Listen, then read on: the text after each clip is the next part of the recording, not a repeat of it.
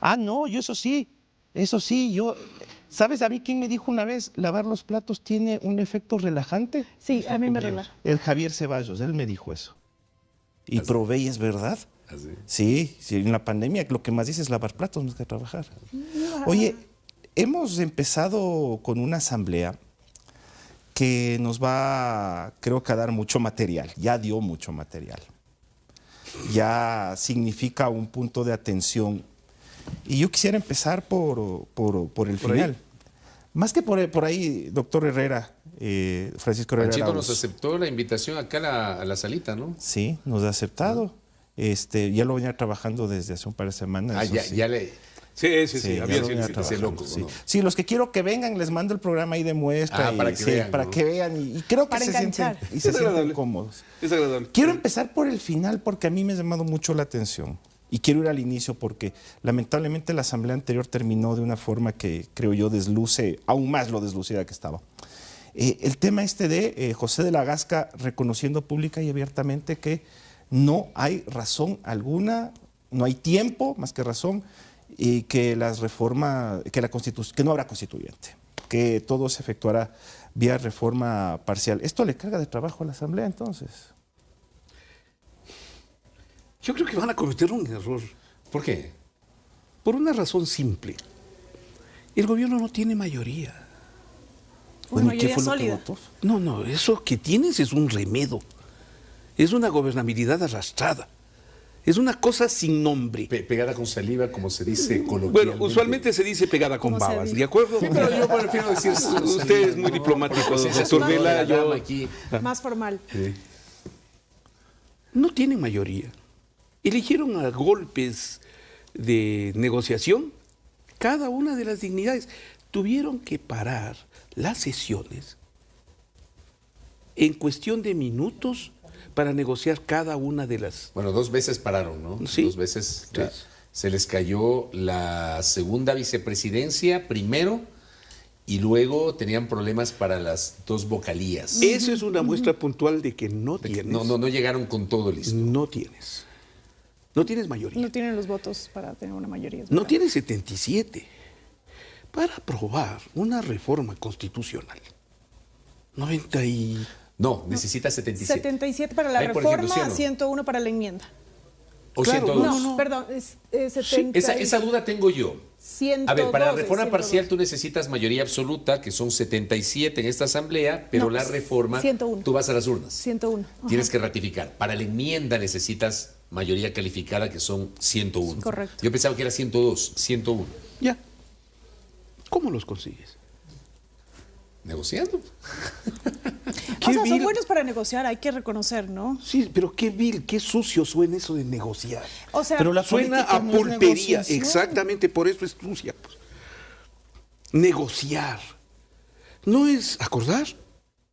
¿No sería mejor consensuar? Pero no terminan siendo eufemismos nada No, más.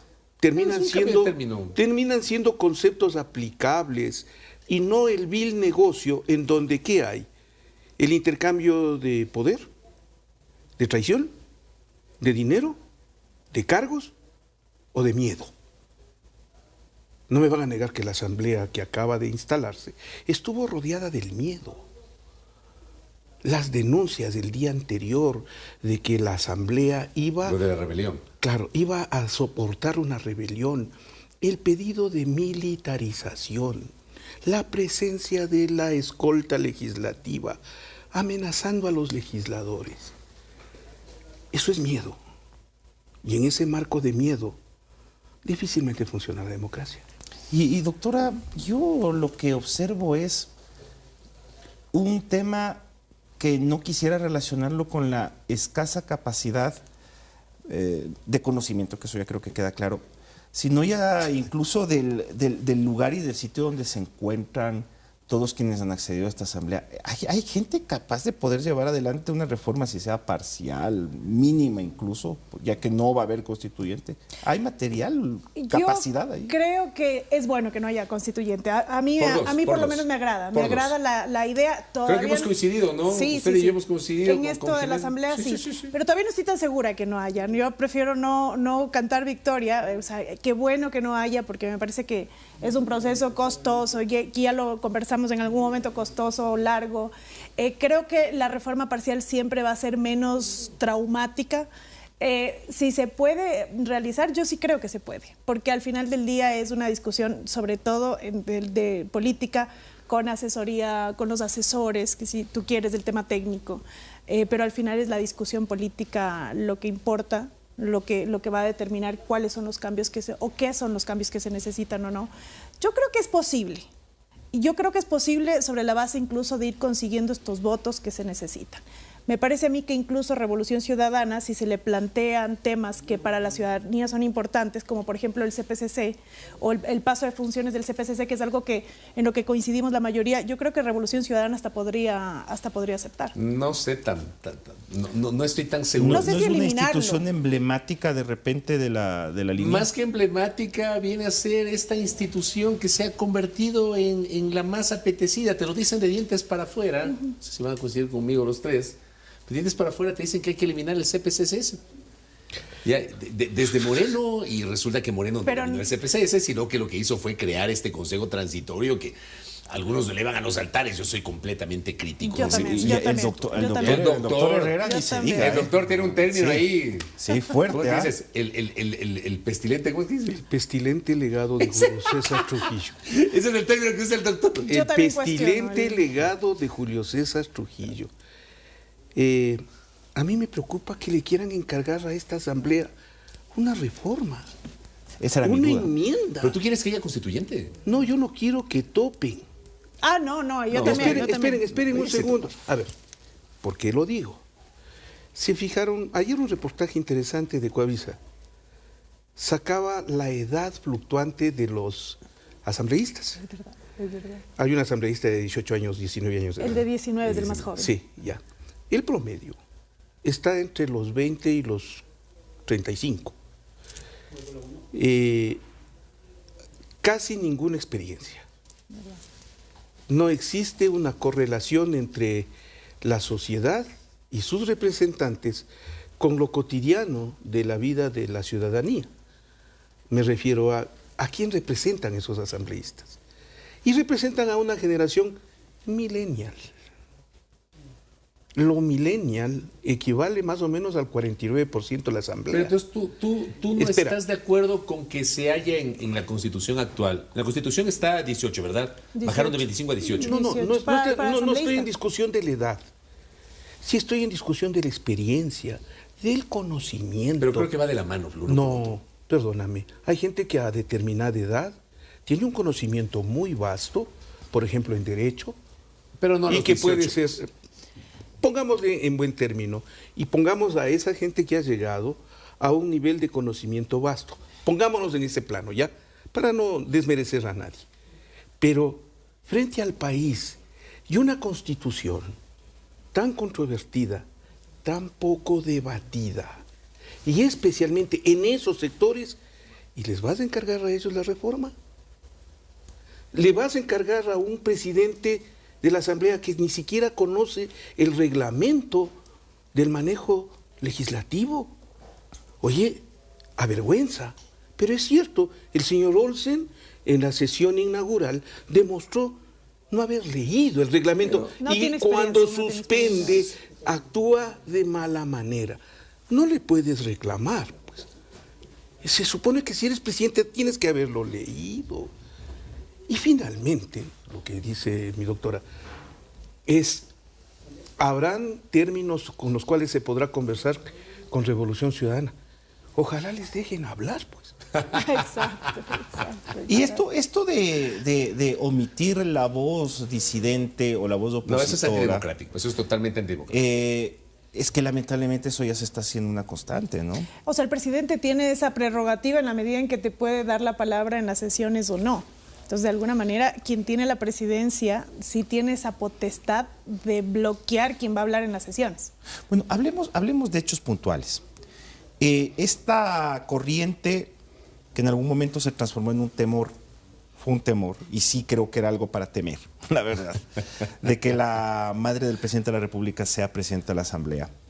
Se terminó desvirtuando y creo yo bajo el peso de acontecimientos que vos los expusiste el programa pasado, ¿no? Eso les iba a decir, yo les dije el programa pasado que no iba a ser. Yo les dije que tenía ese pálpito que no iba a ser. Menos mal, ¿no? O sea, eso es lo que cabe decir ahora, menos mal. Yo sí estoy de acuerdo que no haya sido.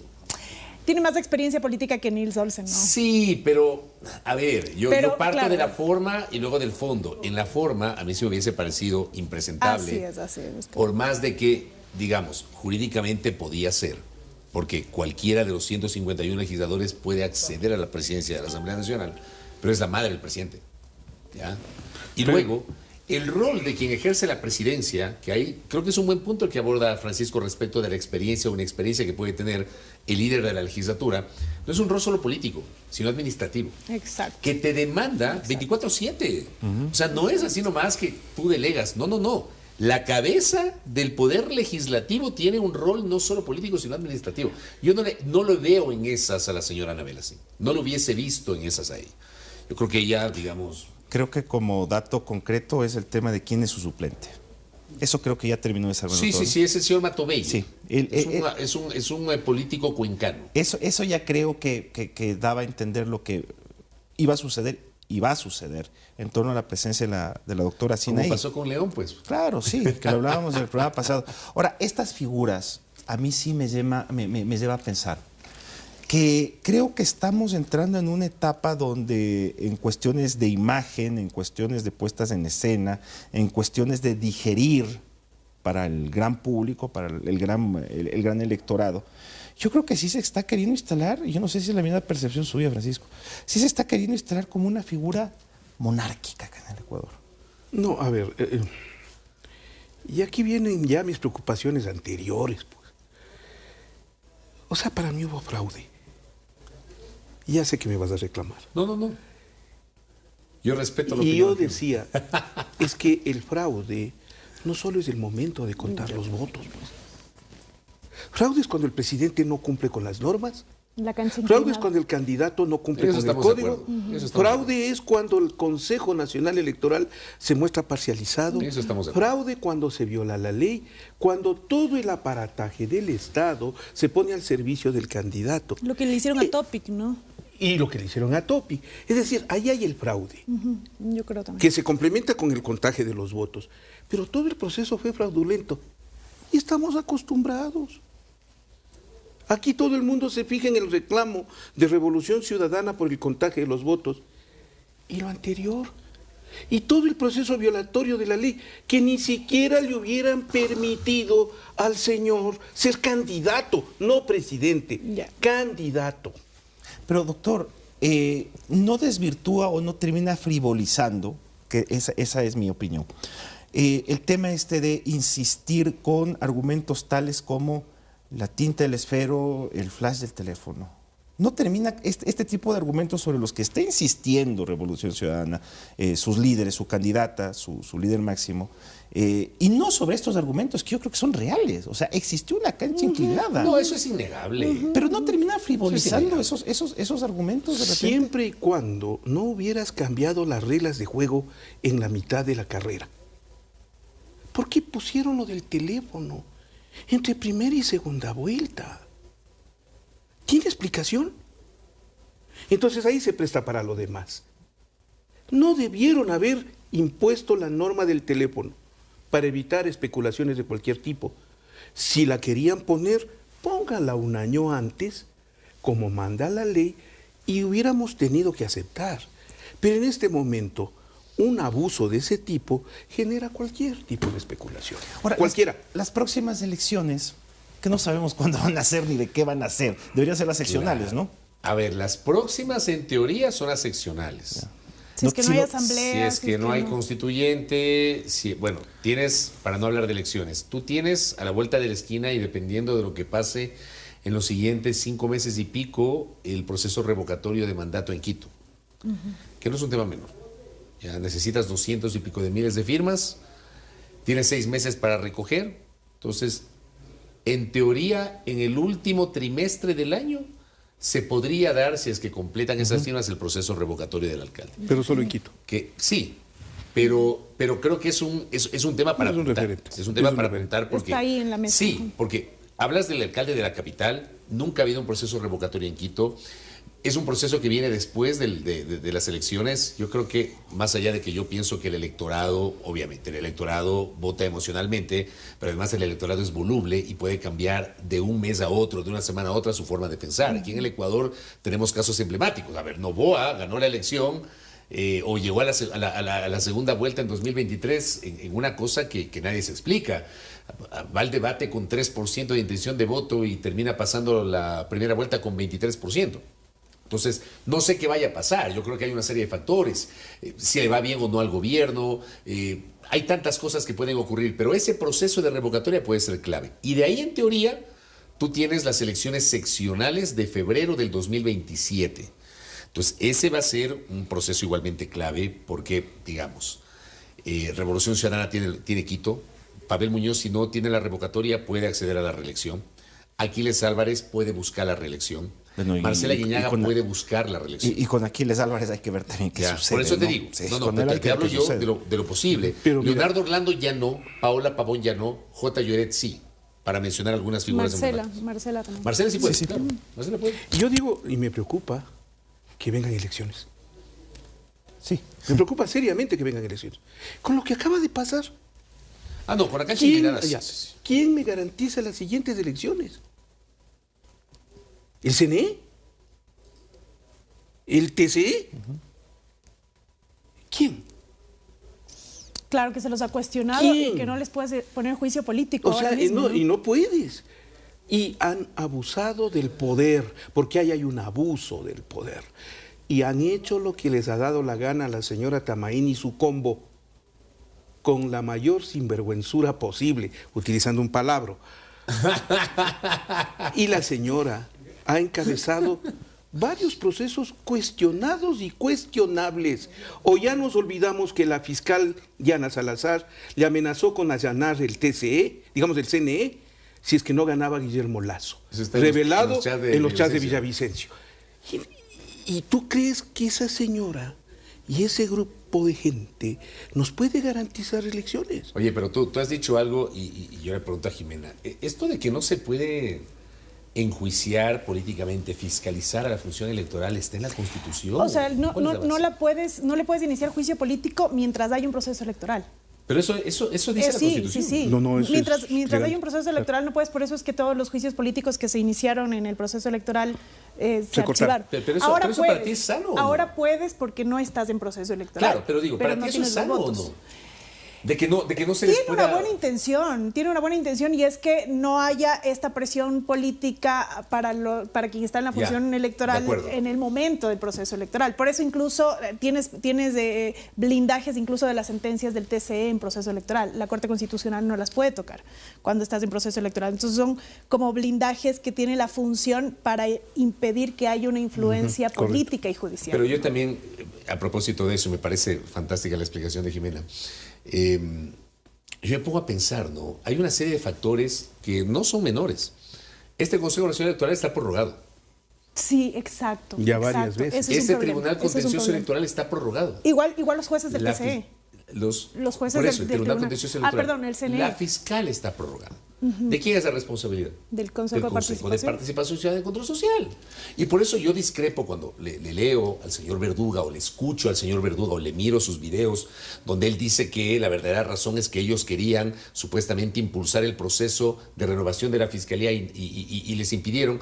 Hermano, arrancaron el Consejo de Participación Ciudadana y Control Social con mayoría. Por eso el señor Allen Berbera era presidente del Consejo. Arrancaron con mayoría. Se metieron ahí sin aprender la lección del año 2019, de que cuando en el consejo de José Carlos Tuárez, del cura Tuárez, quisieron revisar el blindaje respecto de la designación de la fiscal, Ya que yo creo que esa fue una de las cosas negativas de la Corte Constitucional respecto de lo que hizo el transitorio, que no podían revisar nada, como que era todopoderoso el transitorio, ya, pero necios querían revisar aquello, dieron papaya, juicio político y destituyeron a Tuárez, Rosa Chaleá, Victoria de Sintonio y Walter Gómez. Pero... Primera, no aprendieron, espérate un ratito, no aprendieron de esa elección. Vamos a 2023. Allen Berbera quiso hacer exactamente lo mismo, cuando sabes qué tenían que haber hecho en ese momento. Señores, nos instalamos, vamos a empezar a preparar el reglamento para elegir fiscal. ¿Por qué no lo hacen? Yo no entiendo. Por eso es que las funciones tienen que pasar a la Asamblea Nacional. Entiendo. La Asamblea Nacional es la quien tiene que nombrar autoridades de control, nuevamente, porque es un proceso político, claramente un proceso político. Transparente en eso y que se vaya a la Asamblea Nacional. Doctora Jimenita. A ver, ahí el Panchito no está. Ya estoy viejo. Ya estoy viejo. El Panchito no está. Y he visto. Ni la Asamblea. No, es que he visto tantas cosas alrededor del tema que la única conclusión a la que llego no es que el Consejo está mal, ni la Asamblea está mal.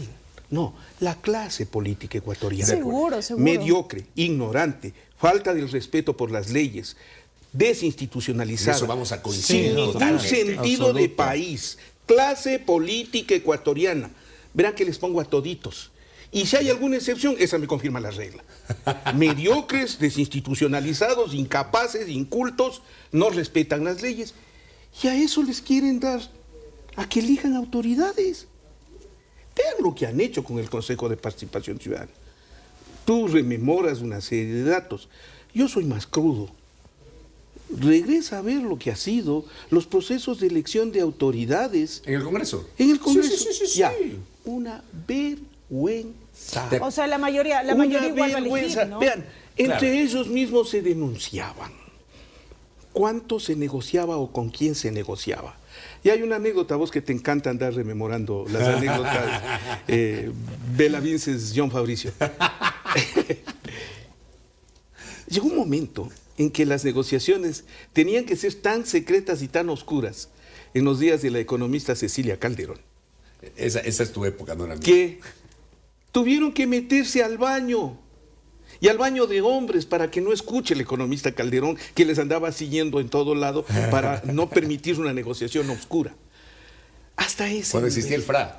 Claro, cuando existía Yo el le FRA. conocí a Cecilia Calderón cuando fue diputada por la izquierda democrática. A lo que voy es a que los procesos de, otra vez, negociación, ¿no les parece vil? ¿No les parece insultante? Cuando lo que debería existir es... Yo planteo ya, si es que quieren ponerse, pónganse de acuerdo. Y si no, hagamos concordancia. Y si no, busquemos consenso. Porque negociación apesta a billete.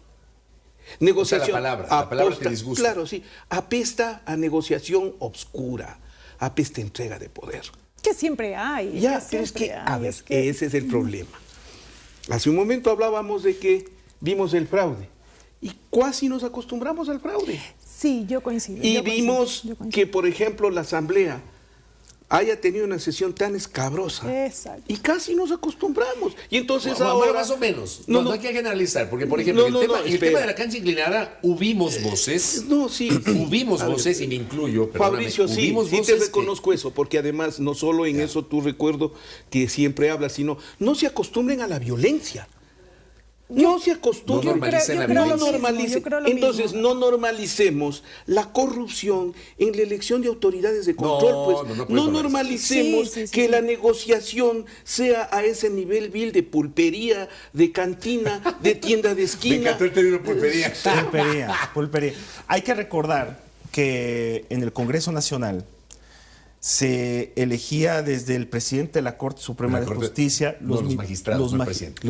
No, el presidente no eran los, No. eran Los jueces. magistrados de Eran la Corte los- Suprema los elegía el Congreso. El por fiscal. última vez en el año 97. Claro. Fuimos a consulta popular, pues, en el año 97. Todos los ecuatorianos nos preguntaron a los ecuatorianos, ¿no? Como son los políticos, ¿está usted de acuerdo con que el Congreso ya no elija a la Corte Suprema de Justicia? Y mayoritariamente el pueblo ecuatoriano dijeron, sí, estamos de acuerdo en que no metan los políticos. Lo hicieron por última vez. Para esa vez.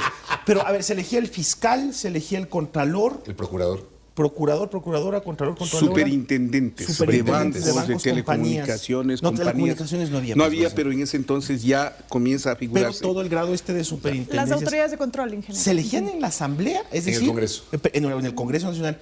Es decir, para traerlo a esta época, ustedes imagínense en la Asamblea como la que se instaló ayer, tener que elegir fiscal, ministros, jueces, o sea, Pero no sé qué es peor, porque con el Consejo de Participación no es que es, O sea, aquí digamos, tenemos- muy Pero por lo menos transparente. allá son 5, pues acá son 151. Por eso es que a mí me parece más fácil de manipular a los 5 A los 7. que a los 151, digamos, que de alguna manera sí que va a haber una componenda y yo Disculpe, también pero creo. se yo vuelven también creo. carísimos si a cada votación suben el precio.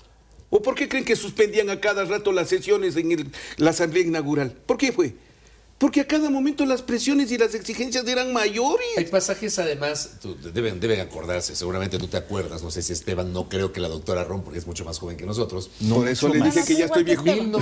1998. ¿Quién fue el superintendente de bancos de la época? Juan Falconi. No.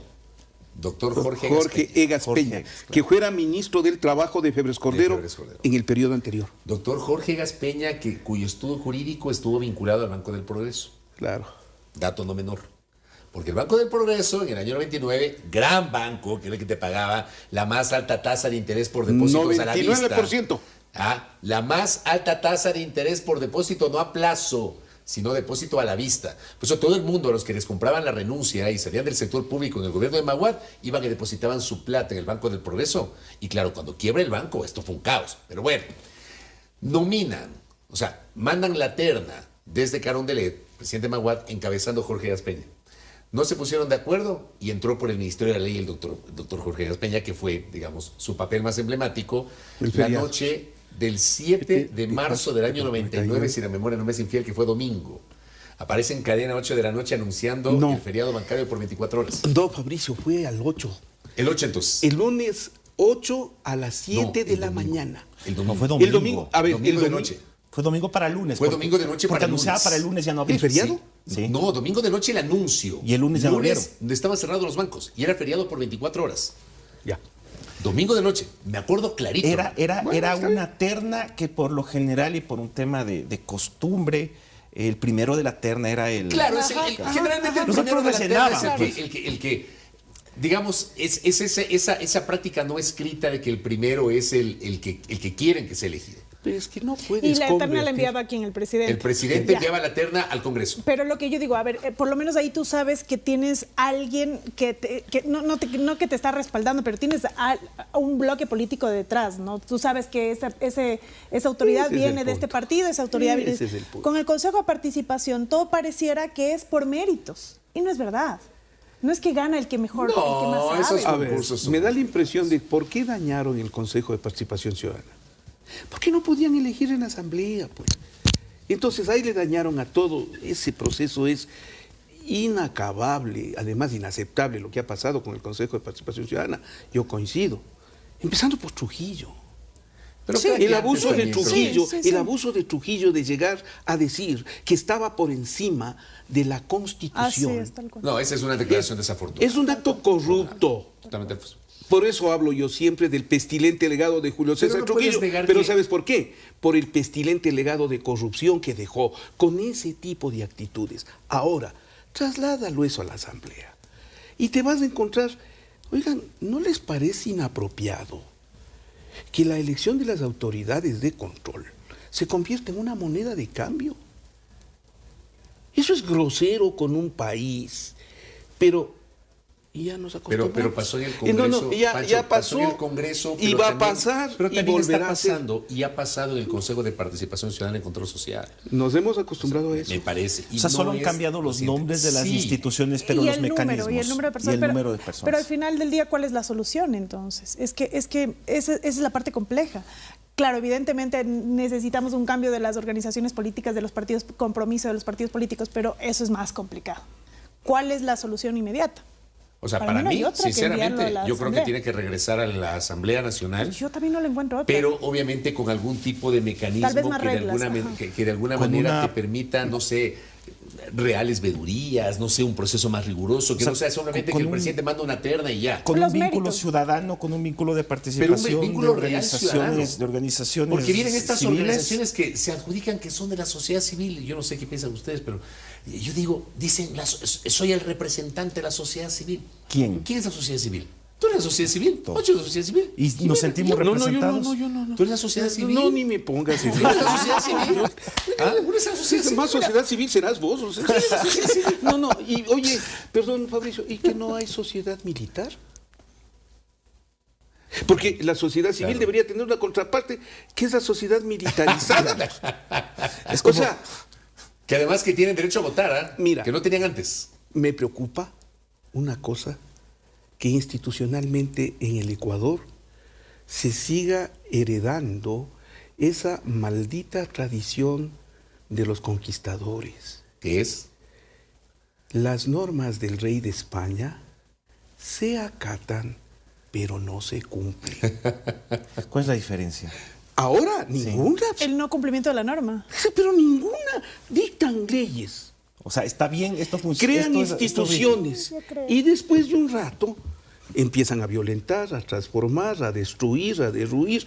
Es decir, somos una sociedad que se acostumbró a este proceso corrupto de no respetar nuestras propias instituciones, nuestras propias autoridades.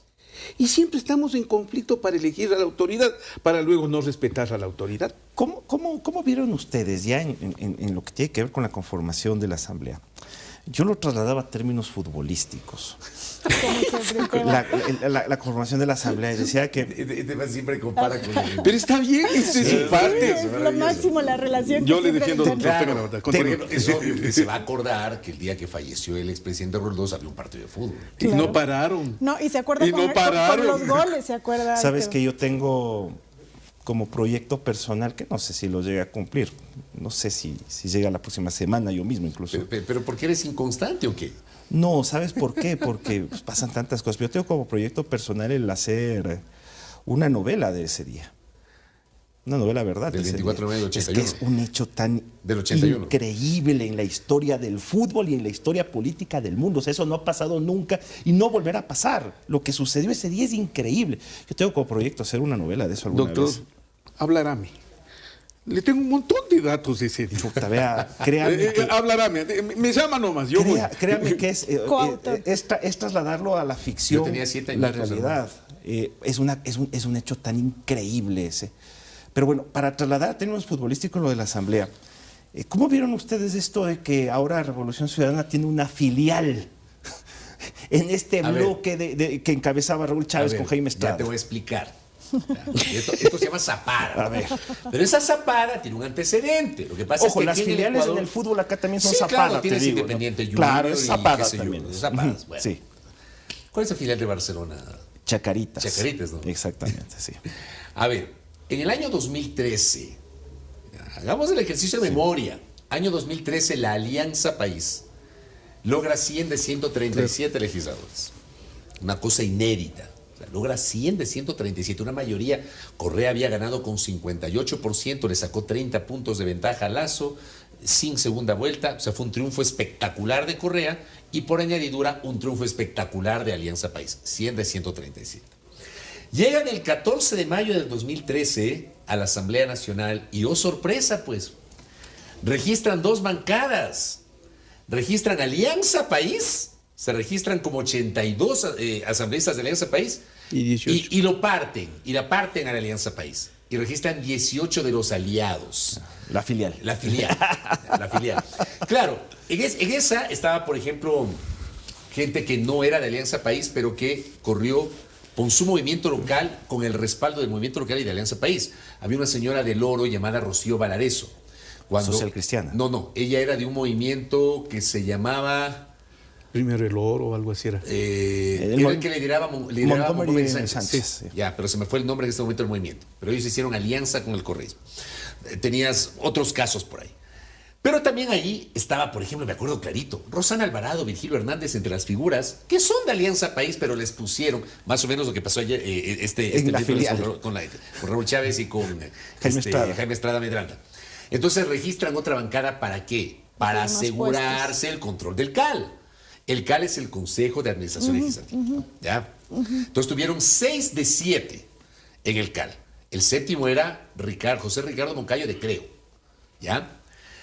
Como fue Zapata, en la reforma a la Ley Orgánica de la Función Legislativa del 2020, que entró en vigencia en 2021, redactan el artículo 118. ¿Qué dice el artículo 118, doctor? Que no se pueden dividir las bancadas para inscribirse y no se pueden dividir tampoco si eres una alianza, si llegaste como alianza. Ya no puedes. Llegas así en bloque y así te quedas. Pero ya habiendo esa prohibición expresa, lo hicieron. Por eso te digo que esa Zapata del 2013...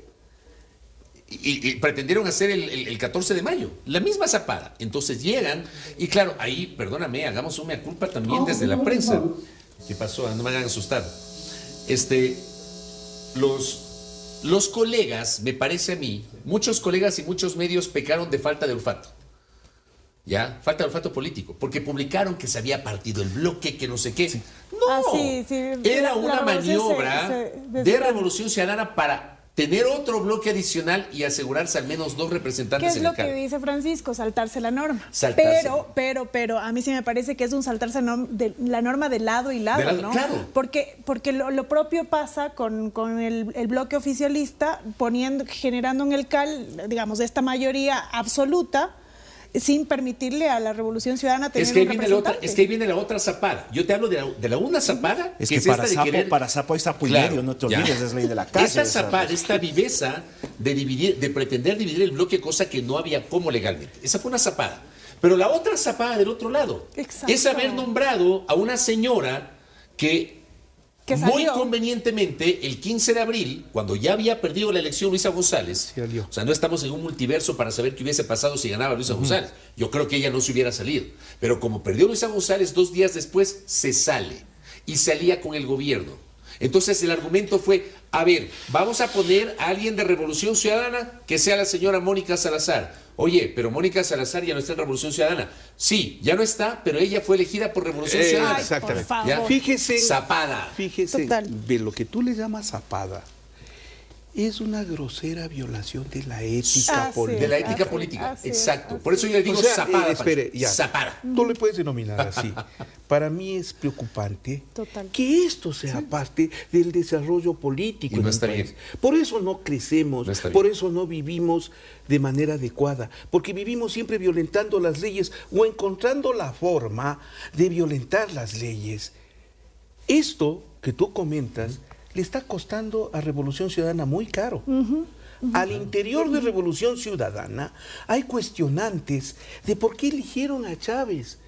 Para ellos todavía no llega la explicación de que querían dividir en 2 bancadas. No, para ellos llegó la versión de que se dividieron, de que se partieron, de que no son coherentes ideológicamente. Y eso es un costo alto. Por violentar la ética, por no respetar la ética política. Dios mío, ¿por qué no hay cómo pedir a nuestra clase política que respete la ética, que respete un proceso lógico de cumplimiento de las normas, de respetabilidad de las instituciones? Ricardo Patiño aclarando esto, pero yo creo que por eso te digo, a la militancia de Revolución Ciudadana no le ha llegado en su totalidad. Ellos tienen que estar partidos. Esta violación de la ética política. Le está costando caro. Yo creo que a quienes estamos de afuera, y yo les voy a decir esto siempre, yo soy el representante del hombre común acá, yo no estoy dentro de esos líderes. Yo también soy ciudadano. No, por favor. Tú eres un ciudadano del mundo, además. No, yo soy un hombre de la calle. Yo les ruego, no me metan en esa. Sigan nomás. A nosotros lo que nos llega es que de repente primero se puede considerar que hay un ala de reto, ¿ya? Y que este factor, el factor reto, es el que puede encabezar o constituirse en una suerte de evolución, rama de Revolución Ciudadana que se nuclea a través o mediante una figura fuerte, contundente, como es la de Aquiles Álvarez. ¿Quieres saber un dato? A ver. ¿Sabes cuántos asambleístas de reto hay entre los 66 asambleístas de la Alianza? Chávez. Uno. Está sabiendo. No, pero digo, independientemente de eso no les dejaron registrarse como bancada, ¿no? Reto participó con listas aparte. Reto participó. Solamente en la nacional Se sumaron. hubo la lista conjunta y Raúl Chávez encabezó Claro. por la influencia de Aquiles Álvarez. Ya. Raúl Chávez fue concejal de Aquiles Álvarez y el fútbol, doctor. Raúl Chávez fue vicepresidente de Barcelona con Aquiles Álvarez. Ah, ya, Ese eso es no el sabía. otro problema. Ah, yo no sabía ese Sí, detalle. Raúl Chávez, vicepresidente financiero administrativo. No Y Aquiles recuerdo. era vicepresidente de Barcelona. Aquiles era vicepresidente deportivo de Barcelona. ¿Y sabes quién era el presidente? Alfaro Moreno. Carlos Alejandro Alfaro Alfaro Moreno. Moreno, presidente de Barcelona. A mí me preocupa el hecho de que en el Ecuador nuestros políticos exhiban un currículum deportivo y ni siquiera hayan leído la Constitución. Qué grave es un país que se dedica a hablar de fútbol, en vez de hablar de institucionalidad, de leyes. Y no estoy hablando del ciudadano común, estoy hablando de la clase política dirigente. Vayan a leer la Constitución.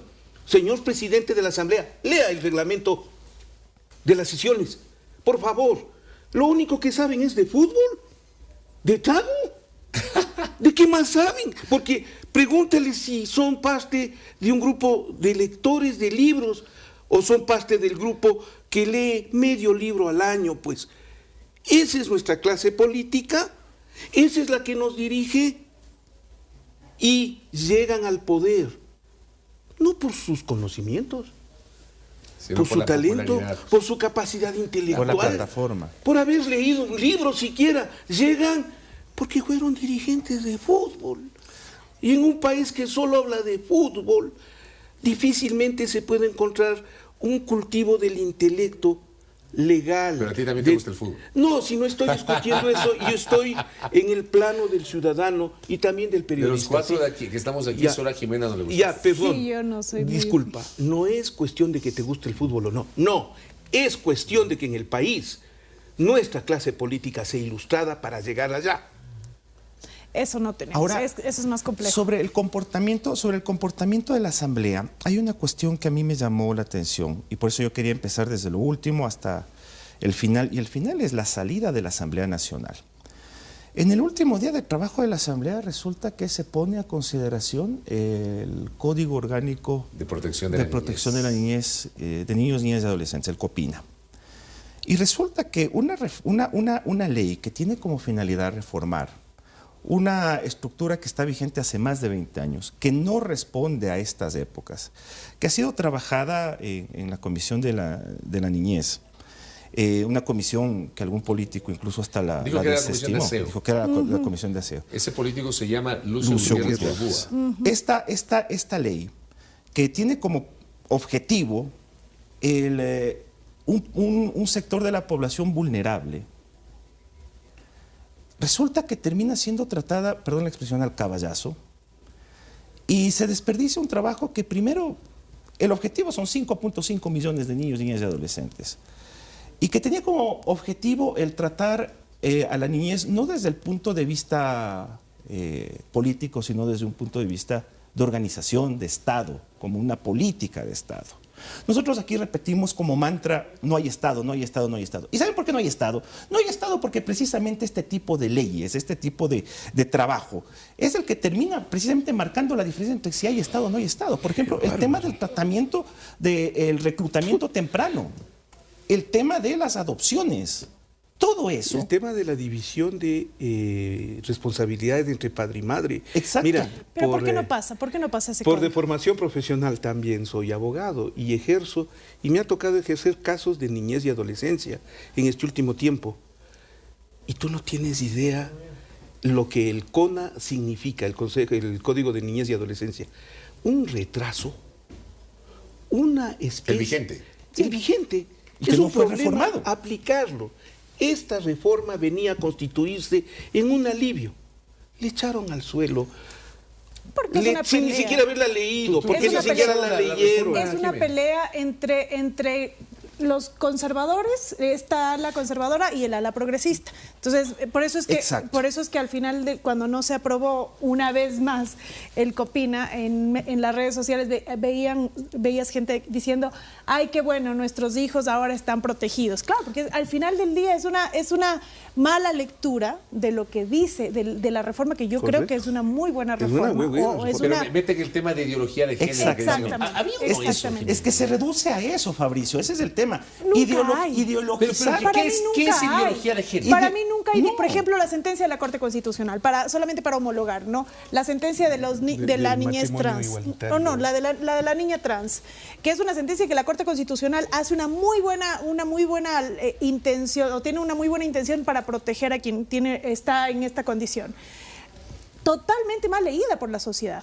Y hay mucha gente diciendo la Corte Constitucional está apoyando a los niños transexuales, la Corte Constitucional está metiéndose con nuestros niños. No, estás leyendo mal la sentencia. Yo creo que lo mismo pasa con el Copina. Entonces, a partir de esto, por ejemplo, estamos tan alarmados de la existencia de los grupos de delincuencia organizada. Este código dedicaba una buena parte a evitar el reclutamiento temprano. Sin este código, el reclutamiento temprano del que nosotros mismos nos asustamos, nos alarmamos, va a seguir vigente y no tiene una contención legal.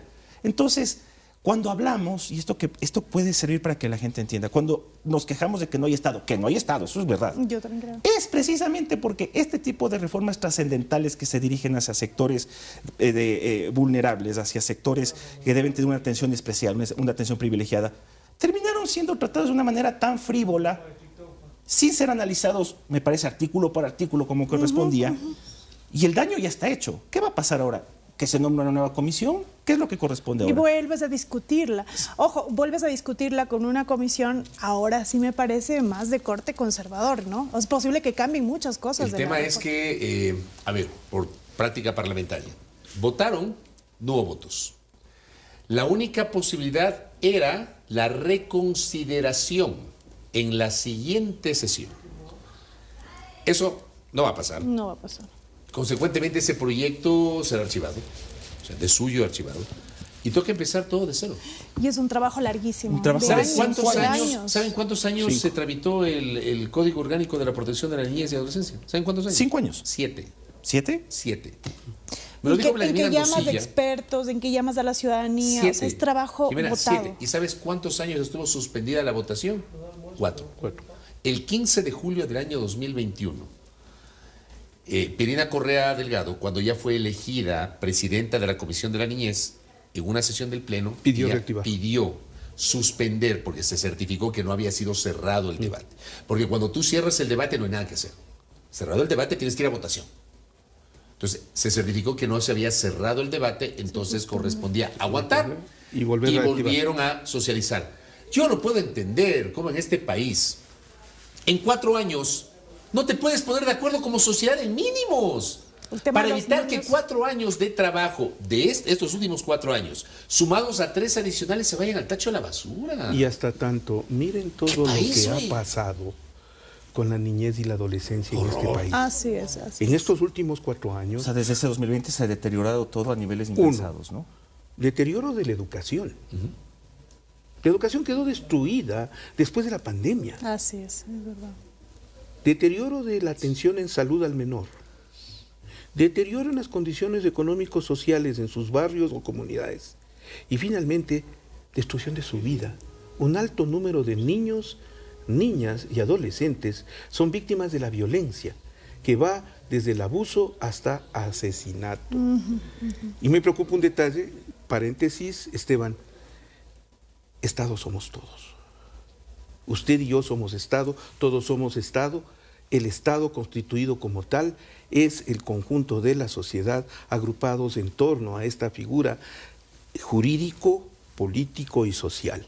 Y entonces, haber atentado contra el Estado al no haber aprobado, eso es lo grave, porque es un atentado contra uno de los grupos de preferencia. Los niños, las niñas y los adolescentes, junto con los ancianos y los enfermos vulnerables, son grupos de atención preferente. Contra ellos atentó la Asamblea. Contra ellos atentaron quienes no aprobaron. Y eso es destruir la sociedad. Entonces, ahí es donde nos damos cuenta del papel de la Asamblea, ¿no? Sí. Va a ser, Sí. vamos a tener muchísimo de qué hablar y esta su casa estará abierta siempre, Gracias. no se olviden. Pero la próxima con un cafecito. Doctor, la próxima, O con alguna bebida espirituosa. sí, seguro que sí. No, ya La dijo- próxima, No la próxima- tome, doctor. vino, Ya, no Panchito. no, A ver, un vinito. Está no muy hace- bien, si no estoy diciendo Un nada. café, dijo. ahora Hay otros programas donde el vino es No, sí. exuberante. ahora, Otro sentido no. seguro que no es la última vez, ¿eh? Seguro que Vea, querido Esteban, apreciado Fabricio, contigo siempre tan gentil y tan compañero, y ahora el honor de conocer a la doctora Jimena Ron. Y yo siempre voy donde me invitan, primero. Pero no vas donde no te invitan. ¿Qué? No, donde no me invitan yo no voy. Igual, yo no voy donde no me invitan nunca. Sí, no, pero si me han invitado acá, y esta es la primera vez, sí, yo sí espero que no sea la última. Por la radicalidad muchas veces de mis conceptos, originas recelos. No hay problema. Me ha encantado el formato. Qué rico discutir así. Qué Qué rico discutir así. es la sala donde... Es hasta ilustrativo, que es lo que debe propender siempre un programa de este tipo. Es la sala donde se habla de todo. Vamos a tener muchísimo material más, ya saben los horrores que pasan entre una semana y otra. Yo también creo. Mucho granizo se tostará. Seguro que sí, totalmente. Listo. Gracias.